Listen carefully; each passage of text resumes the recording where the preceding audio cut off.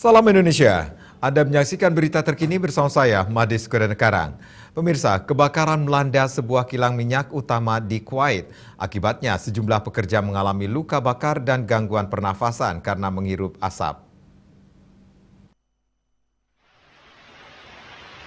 Perusahaan minyak milik negara, Kuwait National Petroleum Company, KNPC mengatakan, kebakaran terjadi di kilang minyak utama di Kuwait.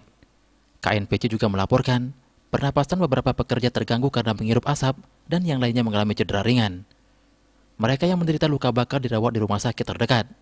Kebakaran di kilang minyak utama, Mina Al-Hamadi, di garis pantai Truk Persia Kuwait yang berbatasan dengan Arab Saudi, tidak mempengaruhi pasokan listrik atau ekspor minyak.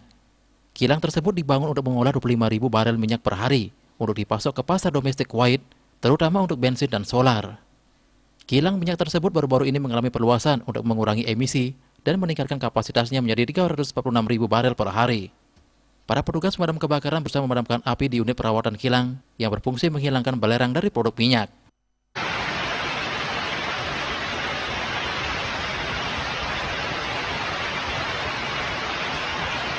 Banyak warga di distrik Fahahil di kawasan pesisir Kuwait melaporkan mereka sempat mendengar ledakan besar dan mengunggah sejumlah video di media-media sosial yang menunjukkan asap hitam dan tebal mengepul di atas jalan raya.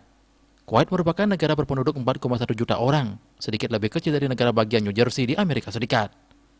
Negara ini memiliki cadangan minyak terbesar ke-6 di dunia. Untuk mencegah penyebaran COVID-19, ingat pesan Ibu selalu terapkan 3M, wajib memakai masker, mencuci tangan, jaga jarak, serta hindari kerumunan.